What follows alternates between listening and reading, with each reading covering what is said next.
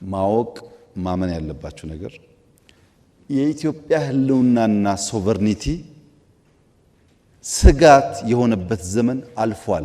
እንኳን የመንደር ጎረምሳ ማንም ኢትዮጵያን በኃይል ማንበርከክ አይችልም። አሁን ስጋት መኖር የለበትም። ኢትዮጵያ አንድ ናት፣ አንድ ሆና ትቀጥላለች። ኢትዮጵያን ለመበተን ኢትዮጵያን ይፈልጉ ነበር ላለፉት 100 ዓመታት። አሁን የሚፈልጉ ሰዎች አሉ። እነሱ ይጠፋሉ፣ ኢትዮጵያ ትቀጥላለች። ምንም ጥርጥር የለውም። ይሄ በዛም ወገን ይሁን በዚህ ወገን ኢትዮጵያን ቀንሳለሁ፣ ቆርሳለሁ፣ አስቆርሳለሁ የሚል ኃይል እሱ እየፈረሰ ይሄዳል እንጂ ኢትዮጵያ ምንም አትሆንም። ምንም ከዛ አልፋለች። አሁን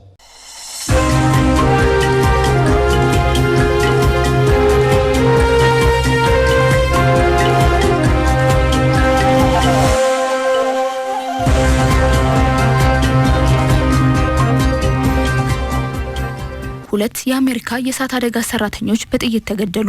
በአሜሪካ ኢዳሆ ግዛት በትናንትናው ዕለት የሰደድ እሳት የተቀሰቀሰ ሲሆን እሳቱን ለማጥፋት ወደ ቦታው ካመሩት የእሳት አደጋ ሰራተኞች መካከል በደፈጣ በጥይት ተመተው መገደላቸው ተነግሯል። የሀገሪቱ ባለስልጣናት እንደተናገሩት ከሆነ እሳቱ ሆን ተብሎ የተደረገ ነው ሲሉም ክስ አቅርበዋል። የአሜሪካው የስለላ ድርጅት የኤፍቢአይ ምክትል ዳይሬክተር ቦንጊ ድጋፍ ለመስጠት የጸጥታ አካላት መሰማራታቸውን አስታውቋል። የእሳት አደጋው እስካሁን ሙሉ ለሙሉ ማጥፋት እንዳልተቻለ የተገለጸ ሲሆን ጥቃቱን አድርሷል ተብሎ የተጠረጠረው ግለሰብም ህይወቱ አልፎ የጦር መሳሪያ በአስክሬኑ ስር መገኘቱ ተነግሯል። ዘገባው የአልጀዚራ ነው። የኔቶ የመከላከያ በጀት ጭማሪ ውድቀቱን የሚያፋጥን መሆኑ ተገልጿል። የኔቶ አባል ሀገራት ለመከላከያ የሚበጀተውን ወጪ ለመጨመር ከስምምነት ላይ መድረሳቸው የጥምረቱን ውድቀት የሚያፋጥን ነው ሲሉ የሩሲያ ውጭ ጉዳይ ሚኒስትር ሰርጌይ ላቭሮቭ ገልጸዋል። የሰሜን አትላንቲክ የጦር ቃል ኪዳን ድርጅት ኔቶ አባል ሀገራት የመከላከያና ደህንነት ወጪያቸውን በእጥፍ ለማሳደግ መስማማታቸው ይታወሳል። ውሳኔውን አስመልክቶ የሩሲያ የውጭ ጉዳይ ሚኒስትር ሰርጌይ ላቭሮቭ በሰጡት አስተያየት የኔቶ ጥምረት የመከላከያ ወጪ ለመጨመር ከውሳኔ ላይ መድረሱ የጥምረቱን ውድቀት የሚያፋጥን ነው ብለዋል።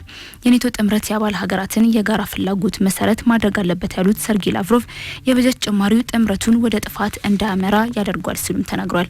በመቀጠል የምናልፈው ወደ ዓለም አቀፍ ትንታኔያችን ነው። ከቅርብ ጊዜያት ወዲህ ለእርዳታ የተሰበሰቡ ፍልስጤማውያን ላይ ሳይቀር እስራኤል እየፈጸመች ያለውን ጥቃት ተከትሎ ጉዳዩ ሐማስን የማጥፋት ብቻ እንዳልሆነ ማሳያ መሆኑን የሚናገሩት ተበራክቷል። በሌላ በኩል ደግሞ ዶናልድ ትራምፕ የተኩስ አቁም ስምምነቱ እንዲደረግ ግፊት እያደረጉ የሚገኝ ነው። ይህንና ተያያዥ ጉዳዮችን በዓለም አቀፍ ትንታኔያችን እንመለከተዋለን።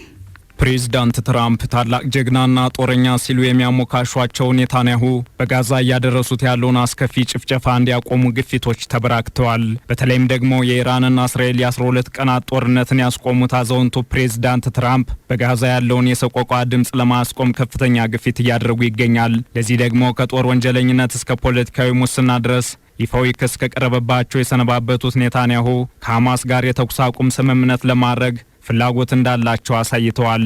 ምንም እንኳን ኔታንያሁ ሐማስን ካልደመሰሱ አልመለስም በሚል ደጋግመው ቢናገሩም እየደረሰ ያለውን ግፊት ግቡን መጥቷል የሚሉም ተበራክተዋል። በሌላ በኩል ደግሞ የሚያስተማምን አንዳች ሁኔታ ላለመኖሩ ሐማስን ሙሉ በሙሉ እስከሚጠፋ ድረስ ጦርነቱ ይቀጥላል ማለታቸውን ማስረጃ አድርገው ያቀርባሉ። ወዲህም የእስራኤል የቀኝ ዘመም አቀንቃኞች ኔታንያሁ ይህንን የሚያደርጉ ከሆነ በጥምረት በመሰረት ነው የእስራኤል መንግስት ከጠቅላይ ሚኒስትር ኔታንያሁ ጋር አብረን እየሰራን አንቀጥልም በሚል ማስፈራራታቸውን ቀጥለዋል። የቴል አቪቭ መንገዶችን ያጨናነቁ በሺዎች የሚቆጠሩ ሰዎች ደግሞ በጋዛ ሰርጥ ያለውን ጦርነት እንዲያበቃና በሐማስ እጅ የሚገኙ ታጋቾች እንዲለቀቁ እየጠየቁ ነው። በዚህ ሁኔታ አጣብቂኝ ውስጥ የገቡት ኔታንያሁ የትኛውን ምርጫቸው ያደርጋሉ በሚል የተለያዩ ሀሳቦች እየተነሱ ይገኛል። ይህ እየተባለ ባለበት ሁኔታ በጋዛ የሚገደሉ ንጹሃን ዜጎች ከዕለት ዕለት እየጨመረ እንዳለ የሚወጡ መረጃዎችም ያሳያሉ። ይህንኑና ተያያዥ ጉዳዮችን በዓለም አቀፍ ትንታኔያችን እንመለከተዋለን። አበረ ስሜነ ነኝ። ከቅርብ ጊዜያት ወዲህ ለእርዳታ የተሰበሰቡ ፍልስጤማውያን ላይ ሳይቀር እስራኤል እየፈጸመችው ያለው ጥቃትን ተከትሎ እየሆነ ያለው ጉዳይ ሐማስን የማጥፋት ብቻ እንዳልሆነ ማሳያ ሆኗል። አብዛኛው የጋዛ ምድር ወደ ፍርስራሽነት ከተቀየረ ወራቶች ቢቆጠሩም ከ2.1 እስከ 2.3 ሚሊዮን ያክሉ ህዝብም እጆቹን ለሰብአዊ እርዳታ ከዘረጋ የቆየ ጉዳይ ነው። ያም ቢሆን ግን ሐማስም ትጥቁን ላለመፍታት በያዘው አቋሙ የጸና መሆን እስራኤል ደግሞ የለም ሐማስ እስከ ወዲያኛው መጥፋት አለበት ከሚል አቋማቸው ፈቅ አላሉም። ወዲህ ደግሞ የአዛውንቱ ፕሬዝዳንት ትራምፕ የአሸማጋይነት ሚናቸውን ለሌሎች ከሆነ ስለምን ለእስራኤልና ሐማስ መሆን ተሳነው በሚል ለሚቀርቡ ጥያቄዎች መልስ ይሆን ያስባለ ግፊታቸውን መቀጠላቸው ተስፋም ተጥሎበታል። ትራምፕ በጋዛ ስምምነት እንዲደርስና ታጋቾች እንዲለቀቁ ጥረት እያደረጉ መሆኑን ተናግረዋል። ትራምፕ የእስራኤሉ ጠቅላይ ሚኒስትር ቤንያሚን ኔታንያሁ ከሐማስ ጋር አሁን ለመደራደር በሂደት ላይ ናቸው ሲሉም ተደምጠዋል። የአሜሪካው ፕሬዝዳንት ዶናልድ ትራምፕ የተኩስ አቁም ስምምነት እንዲደረግ ግፊት እያደረጉ ባሉበት በዚህ ወቅት እስራኤል ፍልስጤማውያን ከሰሜናዊ ጋዛ ክፍል ለቀው እንዲወጡ ትዕዛዝ ማስተላለፏ ደግሞ የሚጠበቀውን ተስፋ ሰጪ ሁኔታ የሚያወሳስብ ሆኗል።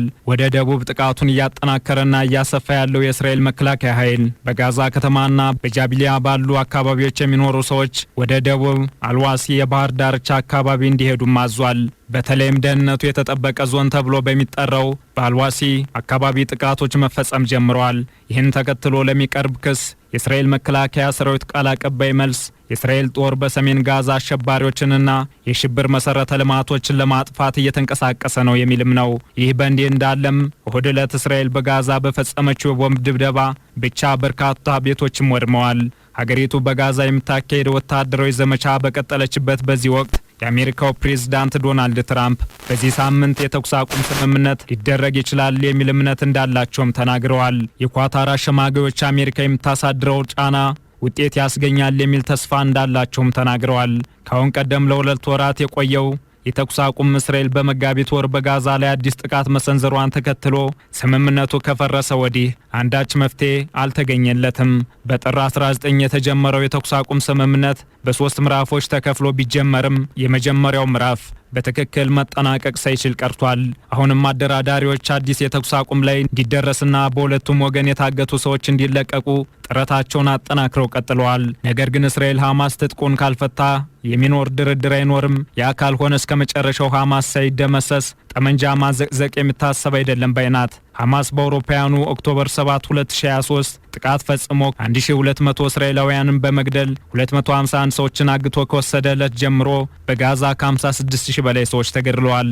ያም ሆኖ ሊጠናቀቅ ያልቻለው አስከፊው የእስራኤል ሐማስ ጦርነት እንዲጠናቀቅ የሚያስችለው የተኩስ አቁም ተስፋ መዘግየቱ የሚከፈለውን ዋጋ ከፍ አድርጎታል። አሁንም በጋዛ ያንዣበበው የሞት ድግስ የቀሩት እስራኤላውያን ታጋቶች ማስመለስ ብቻ የእስራኤል ቁልፍ ጉዳይ አለመሆኑን የሚያመላክት ነው። ጠቅላይ ሚኒስትር ኔታንያሁ ሐማስ ሙሉ በሙሉ እስከሚጠፋ ድረስ ጦርነቱ እንደሚቀጥል ትዕዛዝ ማስተላለፋቸው አንዱ ማሳያ ነው። ይህ ደግሞ ለፍልስጤማውያን ብቻ ሳይሆን ለብዙ እስራኤላውያን በተለይም የታጋቹ ቤተሰቦች ያስቆጣ ጉዳይ ነው።